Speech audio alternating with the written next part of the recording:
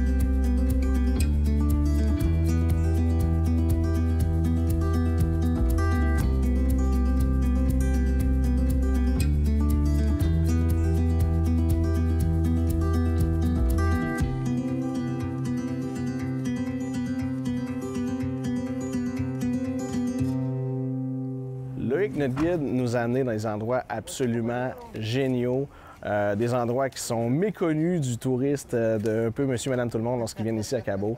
Donc, on a été vraiment super privilégiés d'avoir en quelque sorte un guide privé, non seulement sur terre, mais aussi sur la mer.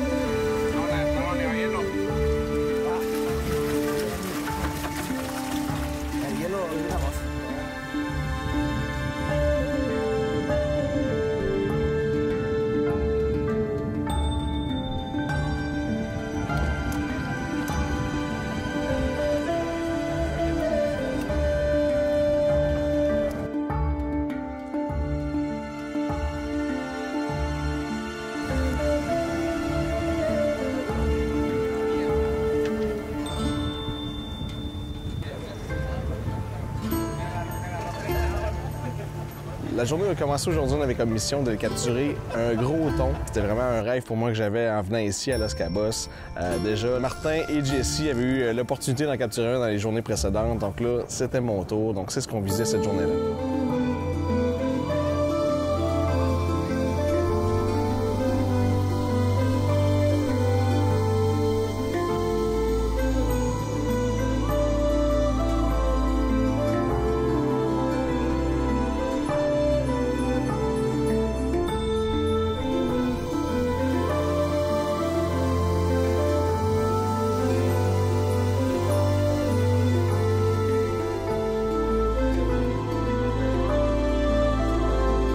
Une fois arrivé sur les lieux, ce qui était vraiment intéressant, c'est qu'il y avait très peu de bateaux dans le secteur, donc la pression de pêche était vraiment très faible. On pouvait voir aussi qu'il y avait déjà deux bateaux en particulier qui étaient déjà en train de combattre un thon.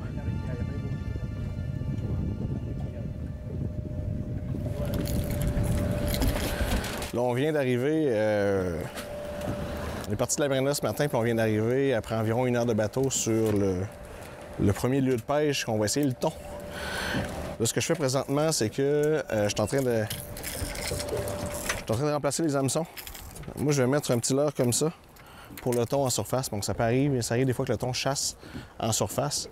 Donc, si jamais ça se produit, on va avoir une canne qui va être prête pour essayer de l'agresser.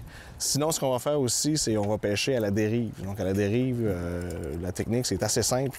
On prend du calmar, des morceaux de calmar, on lance ça dans l'eau.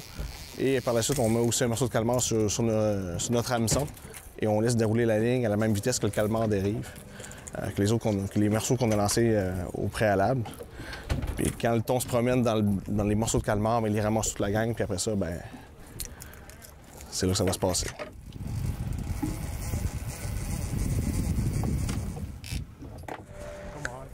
Un petit peu de buena onda.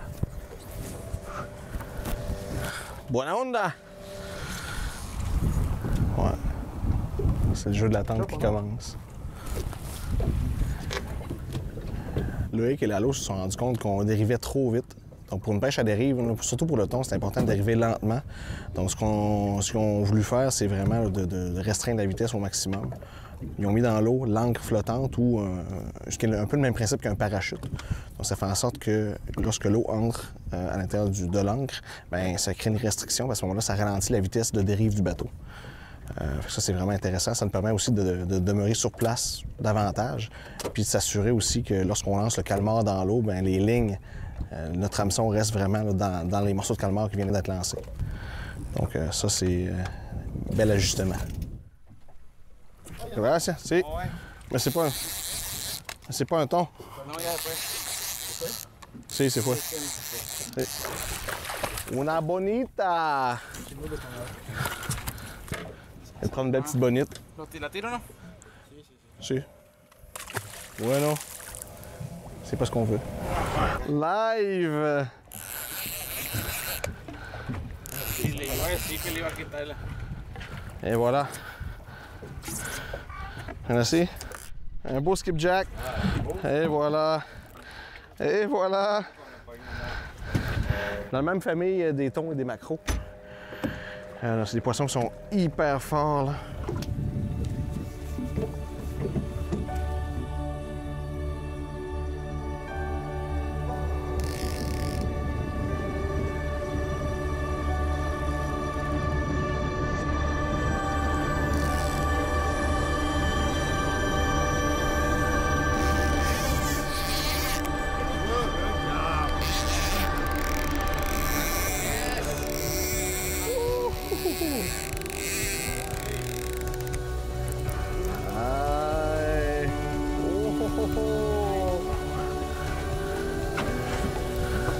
On va s'installer pour être confortable.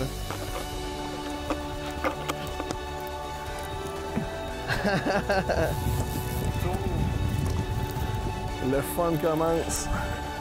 Ça frotte sur le bateau. Je n'aime pas ça. Je peux y aller? Attention, attention.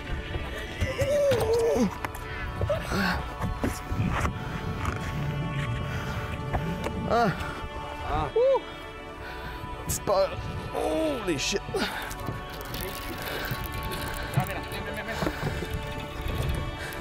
Rentre là. Ouais. Parfait. C'est vraiment pas une question de vitesse, hein. C'est un marathon qui commence. Il est parti.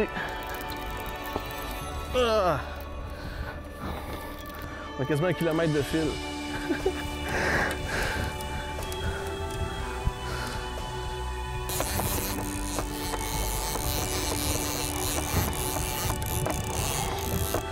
Wow!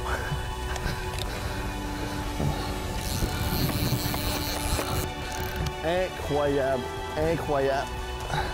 La force de ce poisson-là.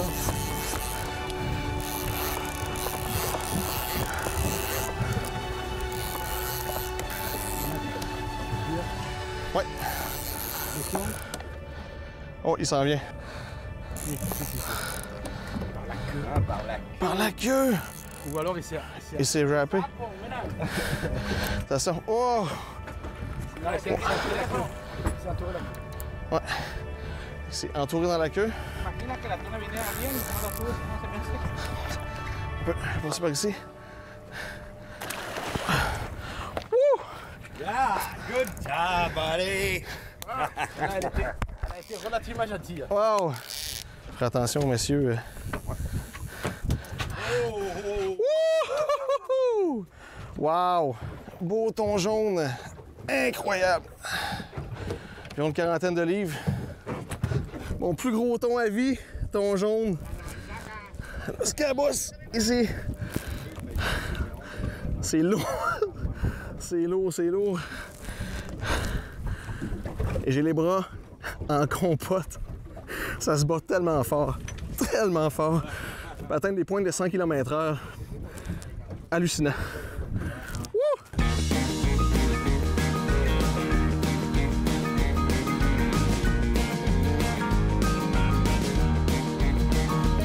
We'll get me cheating, drinking, and outlaws. Pendant notre séjour ici à Los Cabos, avait lieu un tournoi local de pêche au niveau sur les plages, donc à partir des plages. Pour ce qui est du fonctionnement du tournoi, ce qui était vraiment intéressant, c'était que tout le monde pouvait participer. Donc il y avait un volet familial, donc un volet pour les enfants et un volet pour les adultes. C'était vraiment fait, comme on dirait en bon français, à la bonne franquette. Donc il n'y avait rien, c'était sans prétention, c'était parfait. On a eu des bonnes discussions avec les gens étaient sympathiques. I'm drawn like a moth through the neon lights. I need a bucket of beer and someone to fight. Don't call yourself country if your music is shitty. Or this Carolina boy will take you down to Fifth City. You know who you are, I ain't gonna name names. Just keep your hands off my country and go back from where you came. My country, my damn country. Give me my country, you can keep the rest. This is my country, my damn country. And it don't mean a thing if it don't pass the test. If you ain't never done something you regret, well then I'm proud of you. Now get it.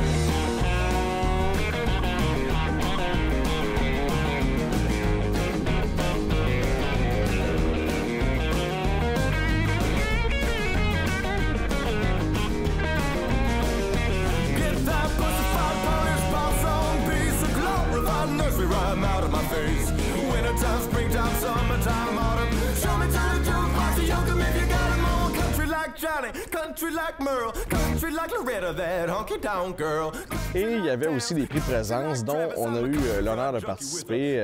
Pour ma part, j'ai fait tirer une canne, des leurres. Il y avait aussi Martin et Jessie de la ligne à l'eau qui ont donné environ une vingtaine de chandails, des casquettes. À la remise des prix de participation du tournoi, tout le monde avait réussi à avoir quelque chose, sauf un petit garçon d'environ, je vous dirais, 5-6 ans. Le petit garçon pleurait parce que c'était la seule personne sur place qui n'avait pas rien gagné. Donc, ce que j'ai fait, je suis parti avec lui, je suis retourné dans le coffre de l'auto et je lui ai donné une belle canne à pêche. Donc, le petit garçon qui pleurait dans les bras de son père 2 minutes auparavant est reparti avec le plus grand des sourires. Ça, ben, c'est vraiment les joies de la pêche. Ça n'a pas de frontières. Ça, ben, ça n'a pas de prix.